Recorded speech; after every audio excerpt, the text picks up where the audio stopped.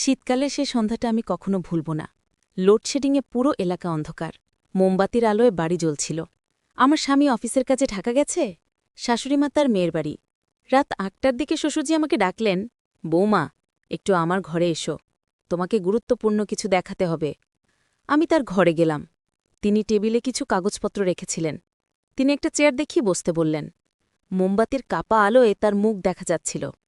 তিনি কাগজগুলো আমার দিকে এগিয়ে দিলেন, বললেন, এগুলো দেখো। আমি কাগজ দেখতে লাগলাম। এগুলো ছিল সম্পত্তির দলিল। আমি অবাক হয়ে জিজ্ঞেস করলাম, এগুলো কেন দেখাচ্ছেন? তিনি হাসলেন, বললেন, কারণ এই সম্পত্তিগুলো আমি তোমার নামে লিখে দিতে চাই। আমি চমকে উঠলাম, বললাম, আমার নামে? কেন? তিনি উঠে দাঁড়ালেন, জানালার পাশে গিয়ে বাইরের অন্ধকারের দিকে তাকিয়ে বললেন, কারণ তুমি এই বাড়ির আসল মালিক হওয়ার যোগ্য। আমার ছেলে কখনো তোমার মূল্য বোঝেনি। আমি উঠে দাঁড়ালাম, বললাম, বাবা, আমি বুঝতে পারছি না, আপনি কি বলতে চাইছেন? তিনি আমার দিকে ঘুরলেন। মোমবাতির আলোয় তার ছায়া দেওয়ালে পড়ছিল। তিনি কাছে এসে বললেন, আমি সরাসরি বলছি, আমি তোমাকে চাই। তুমি যদি আমার সাথে থাকো, এই সব সম্পত্তি তোমার। আমরা বিয়ে করব। আমার ছেলেকে তালাক দিয়ে তুমি আমার বউ হবে। শুধু বলো হ্যাঁ। আমার মাথা ঘুরছিল। এত বড় সম্পত্তি, এত সুন্দর প্রস্তাব। মনে মনে একটা লোভ জাগল, একটা গোপন আনন্দ অনুভব করলাম। কিন্তু মুখে দৃঢ় গলায় বললাম, বাবা, আপনি কি বলছেন? এটা তো অন্যায়। আমি আপনার বউ কিভাবে হতে পারি? এই গল্পটি সম্পূর্ণ শুনলে আপনাদের পানি অটোমেটিক বের হয়ে যাবে, সো যত দ্রুত সম্ভব হাতের কাছে টিস্যু নিয়ে বসে পড়ো। বিছানার চাদর যেন নষ্ট না হয় সেটা সম্পূর্ণ খেয়াল রাখার অনুরোধ জানিয়ে গল্পটি এখন শুরু করব।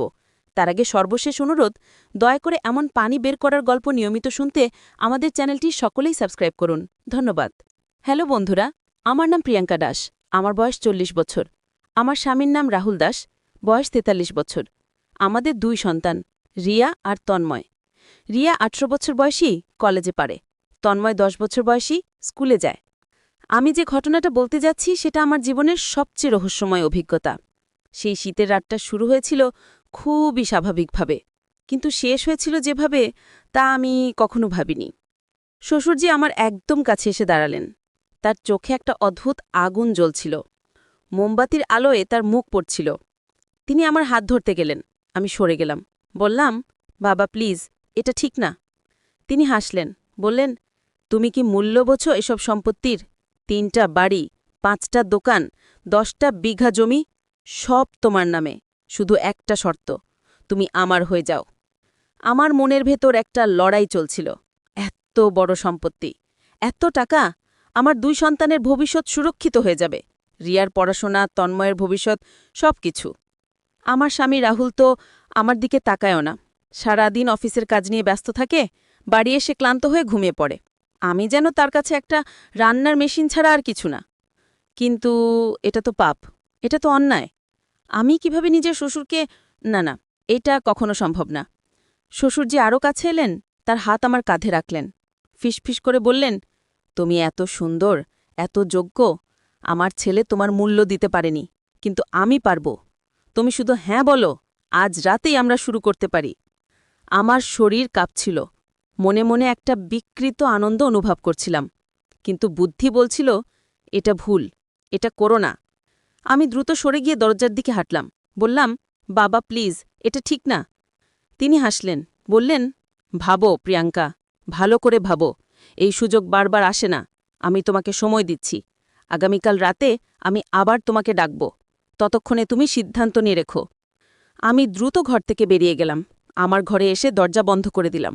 বুক ধরফর করছিল, মন খারাপ হয়ে গেল। কি করব? কাকে বলবো? স্বামীকে বলবো? না, সে বিশ্বাস করবে না, উল্টো আমাকেই দোষ দেবে। সারা রাত ঘুম আসেনি, ভাবতে লাগলাম। এদিকে বিশাল সম্পত্তি, ওদিকে নৈতিকতা। কোনটা বেছে নেব? পরের দিন সকালে স্বাভাবিকভাবে সবার জন্য নাস্তা বানালাম। শ্বশুরজি আমার দিকে তাকিয়ে মুচকি হাসলেন। আমি চোখ নামিয়ে নিলাম। রিয়ার তন্ময় স্কুল কলেজের জন্য তৈরি হচ্ছিল, সবকিছু স্বাভাবিক মনে হচ্ছিল, কিন্তু আমার ভেতরটা তোলপাড় হচ্ছিল। দিনটা কাটল অদ্ভুতভাবে। প্রতিটা কাজ করছিলাম মেশিনের মতো, মন কিন্তু ছিল অন্য জায়গায়। বারবার ভাবছিলাম, রাতে কি হবে? শ্বশুরজি আবার ডাকবেন, তখন কি বলবো? সন্ধ্যা হলো, আবার লোডশেডিং, আবার মোমবাতি জ্বালানো হলো। স্বামী রাহুল আজও অফিস থেকে দেরিতে ফিরবে বলে ফোন করেছে। শাশুড়িমা এখনও মেয়ের বাড়িতে। আমার হৃদয় ধুকধুক করছিল। জানি আজ রাতে শ্বশুরজি আবার আমাকে ডাকবেন। আমি কি জবাব দেব? ঠিক ৮টার সময় তার ডাক এলো। বৌমা, এসো, আমার ঘরে এসো। আমি একটা লম্বা শ্বাস নিলাম। ঠিক করলাম যাব, কিন্তু না বলবো, দৃঢ়ভাবে না বলবো। তার ঘরে ঢুকলাম। আজও মোমবাতি জ্বলছে। তিনি চেয়ারে বসে আছেন। আমাকে দেখে উঠে দাঁড়ালেন। বললেন, এসো প্রিয়াঙ্কা, বসো। আমি বসলাম। তিনি আবার সেই দলিলগুলো বের করলেন। বললেন, সিদ্ধান্ত নিয়েছ? আমি মাথা নিচু করে বসে রইলাম। কিছু বলতে পারছিলাম না। মনের ভেতর দ্বন্দ্ব চলছে। তিনি আমার পাশে এসে বসলেন, আমার হাত ধরলেন। বললেন, প্রিয়াঙ্কা, আমি জানি তুমি দ্বিধায় আছো, কিন্তু ভাবো তোমার জীবনটা কেমন চলছে। আমার ছেলে তোমার কদর করে? সে কি তোমার সময় দেয়, তোমার সাথে কথা বলে? আমার চোখে জল এলো।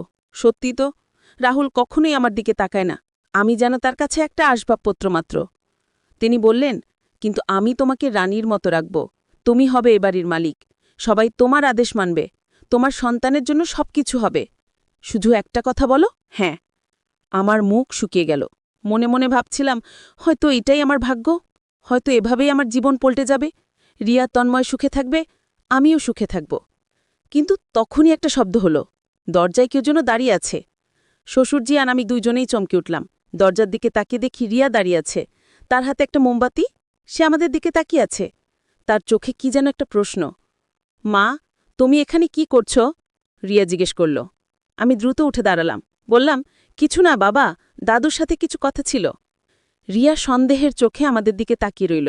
তারপর বলল, মা, আমার সাথে একটু কথা আছে, তুমি আমার ঘরে এসো। আমি দ্রুত শ্বশুরজির ঘর থেকে বেরিয়ে রিয়ার সাথে তার ঘরে গেলাম। রিয়া দরজা বন্ধ করে দিয়ে আমার দিকে তাকালো। বলল, মা, দাদু তোমাকে কি বলছিলেন? আমি অস্বস্তিতে বললাম, কিছু না, বাড়ির কিছু কাজের কথা। রিয়া বলল, মা, আমি সব শুনেছি। দাদু তোমাকে সম্পত্তির কথা বলছিলেন। আর তুমি? আমি চমকে উঠলাম। রিয়া কতটুকু শুনেছে? আমি বললাম, রিয়া, তুমি কি শুনেছ? রিয়া বলল, মা, আমি গতকালও শুনেছিলাম দাদু তোমাকে কি প্রস্তাব দিয়েছে। আমি জানি, আর আজও আমি শুনলাম। আমার মাথায় যেন বাজ পড়ল। রিয়া সব জেনে গেছে। এখন কি হবে? সে তার বাবাকে বলবে, কেলেঙ্কারি হবে। কিন্তু রিয়া যা বলল তা শুনে আমি আরও বেশি অবাক হলাম। রিয়া বলল, মা, তুমি দাদুর প্রস্তাব মেনে নিও না, এটা ফাঁদ। দাদু আসলে তোমার পরীক্ষা করছেন। আমি অবাক হয়ে বললাম, পরীক্ষা? কিসের পরীক্ষা? রিয়া বলল, মা, আমি গতকাল দাদুর সাথে কথা বলেছিলাম। দাদু আমাকে সব বলেছেন। তিনি আসলে তোমার চরিত্র পরীক্ষা করছিলেন। তিনি দেখতে চাইছিলেন তুমি লোভে পড়ে ভুল পথে যাও কিনা। আমার মাথা ঘুরতে লাগল। এটা কি শুনছি? এটা পরীক্ষা ছিল? রিয়া বলল, মা, দাদু আসলে তোমাকে খুব ভালোবাসেন। তিনি দেখতে চাইছেন তুমি সত্যি সৎ কিনা। তুমি যদি তার প্রস্তাব মেনে নিতে, তাহলে তিনি বুঝতেন তুমি শুধু লোভের মালিক। কিন্তু তুমি যদি প্রত্যাখ্যান করো, তাহলে প্রমাণ হবে তুমি সত্যি একজন ভালো মানুষ। আমি হতবাক হয়ে বসে রইলাম। তাহলে এটা সব মিথ্যা ছিল? এটা শুধু একটা পরীক্ষা ছিল? রিয়া বলল, মা, দাদু আমাকে বলেছেন যে তিনি তার সব সম্পত্তি তোমার নামে লিখে দিতে চান, কিন্তু তার আগে তিনি নিশ্চিত হতে চান যে তুমি এই পরিবারের যোগ্য। তিনি চান তুমি নৈতিকতার পরীক্ষায় উত্তীর্ণ হও। আমার বুকের ভেতর একটা বিশাল পাথর সরে গেল। আমি হাঁপ ছিঁড়ে বাঁচলাম। তাহলে আমি যা ভাবছিলাম সব ভুল ছিল। শ্বশুরজি আসলে আমাকে পরীক্ষা করছিলেন। কিন্তু এখন একটা প্রশ্ন ছিল, আমি মনে মনে যে লোভ অনুভব করছিলাম সেটা তো সত্যি ছিল। আমি তো একটু হলেও আকৃষ্ট হয়েছিলাম। রিয়া আমার মুখের দিকে তাকিয়ে বলল, মা, তুমি চিন্তা করো না। মানুষ মাত্রই দুর্বল। লোভ সবারই হয়, কিন্তু গুরুত্বপূর্ণ হলো শেষ পর্যন্ত তুমি কি ডিসিশন নাও। তুমি তো শেষ পর্যন্ত না বলেছিলে, সেটাই তোমার আসল চরিত্র প্রমাণ করে। আমার চোখ দিয়ে জল পড়তে লাগল। আমি রিয়াকে জড়িয়ে ধরলাম। বললাম, তুমি এত বুদ্ধিমান কিভাবে হলে? রিয়া হাসল। বলল, মা, তুমি আমার মেয়ে, তোমার কাছ থেকেই তো শিখেছি। সেদিন রাতে আমি শান্তিতে ঘুমালাম। পরের দিন সকালে শ্বশুরজি আমাকে ডাকলেন। তিনি হাসি মুখে বললেন, প্রিয়াঙ্কা, তুমি পরীক্ষায় উত্তীর্ণ হয়েছ। আমি খুব খুশি। তুমি সত্যি এই পরিবারের যোগ্য। তিনি আমার হাতে একটি কাগজ দিলেন। বললেন, এই দলিলগুলো তোমার নামে হবে। কিন্তু এবার সত্যি, কোনো শর্ত নেই। তুমি যেমন আছো তেমনই থাকবে। এটা তোমার প্রাপ্য। আমি কাগজগুলো হাতে নিয়ে কাঁদতে লাগলাম। এত বড় সম্পত্তি আমার নামে? কিন্তু কোনো অন্যায় করতে হয়নি, কোনো পাপ করতে হয়নি। শ্বশুরজি বললেন, প্রিয়াঙ্কা, আমি জানতাম তুমি ভালো মানুষ, কিন্তু আমাকে নিশ্চিত হতে হতো। আমার ছেলে রাহুল হয়তো তোমার মূল্য বোঝে না, কিন্তু আমি বুঝি। তুমি এই বাড়ির আসল সম্পদ। আমি শ্বশুরজির পা ছুঁয়ে প্রণাম করলাম। বললাম, বাবা, আপনি আমাকে এত বড় সম্মান দিলেন, আমি এ জীবনে ভুলব না। তিনি আমার মাথায় হাত রেখে আশীর্বাদ করলেন। বললেন, তুমি সুখী হও, তোমার সন্তানরা ভালো থাকুক। সেদিন থেকে আমার জীবন পাল্টে গেল। আমি আর শুধু একজন বৌমা ছিলাম না, আমি এই বাড়ির মালিক হয়ে গেলাম। কিন্তু সবচেয়ে বড় পরিবর্তন হল আমার নিজের মনে। আমি বুঝলাম যে নৈতিকতা আর সততার চেয়ে বড় সম্পদ আর কিছু নেই। কিন্তু গল্প এখানেই শেষ নয়, আসল রহস্য এখনও প্রকাশ হয়নি। কয়েকদিন পর আমি যখন দলিলগুলো ভালো করে দেখছিলাম, তখন একটা অদ্ভুত জিনিস চোখে পড়ল। দলিলগুলোর পিছনে একটা পুরনো চিঠি আটকানো ছিল। হলুদ হয়ে গেছে, কালির লেখা অনেকটাই ঝাপসা হয়ে গেছে। আমি চিঠিটা খুলে পড়তে লাগলাম। চিঠিটা লেখা হয়েছিল প্রায় ২৫ বছর আগে। লেখক ছিলেন আমার শ্বশুরজির বাবা, মানে আমার স্বামীর দাদু। তিনি আর বেঁচে নেই, অনেক বছর আগে মারা গেছেন। চিঠিতে লেখা ছিল, প্রিয় সন্তান, যখন তুমি এই চিঠি পড়বে, আমি হয়তো বেঁচে থাকব না। আমি তোমাকে একটা গোপন কথা বলতে চাই। এই বাড়ির নিচে একটা গোপন কক্ষ আছে। সেখানে লুকানো আছে আমাদের পরিবারের আসল সম্পদ। কিন্তু সেই সম্পদ শুধুমাত্র সেই ব্যক্তিই পাবে যে সৎ, নিষ্ঠাবান এবং নৈতিক। তুমি যাকে এই বাড়ির উপযুক্ত মনে করবে, তাকেই সেই গোপন কক্ষের চাবি দিয়ে দিও। মনে রেখো, এটা শুধু সম্পদ নয়, এটা আমাদের পরিবারের ঐতিহ্য। আমার হাত কাঁপতে লাগল। গোপন কক্ষ, লুকানো সম্পদ, এটা কি? আমি দ্রুত শ্বশুরজির কাছে গেলাম, তাকে চিঠিটা দেখালাম। তিনি চিঠি পড়ে চোখ বড় বড় করলেন। বললেন, আমি এই চিঠির কথা জানতাম না। আমার বাবা কখনো আমাকে এসব বলেননি। আমি বললাম, বাবা, তাহলে এই গোপন কক্ষটা কোথায়? শ্বশুরজি চিন্তিত মুখে বললেন, আমি জানি না, কিন্তু আমার বাবা যদি লিখে গেছেন, তাহলে অবশ্যই কোথাও না কোথাও আছে। আমরা দুজনে মিলে পুরো বাড়ি খুঁজতে লাগলাম, প্রতিটা ঘর, প্রতিটা কোণা, কিন্তু কোথাও কিছু পেলাম না। রাতে রিয়া আর তন্ময়কে ডেকে সব বললাম। তারাও উত্তেজিত হয়ে গেল। রিয়া বলল, মা, চলো আমরা সবাই মিলে খুঁজি। পরের দিন সকাল থেকে আমরা সবাই মিলে খোঁজাখুঁজি শুরু করলাম। বাড়ির প্রতিটা জায়গা আমরা দেখলাম, কিন্তু কিছুই পেলাম না।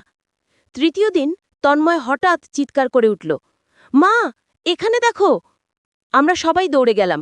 তন্ময় বাড়ির পিছনের পুরনো গুদাম ঘরে দাঁড়িয়ে আছে। সে মেঝের একটা জায়গা দেখাচ্ছিল। মেঝেতে একটা অদ্ভুত চিহ্ন ছিল, একটা পদ্মফুলের মতো দেখতে। শ্বশুরজি বললেন, এটা আমার বাবার প্রিয় প্রতীক ছিল।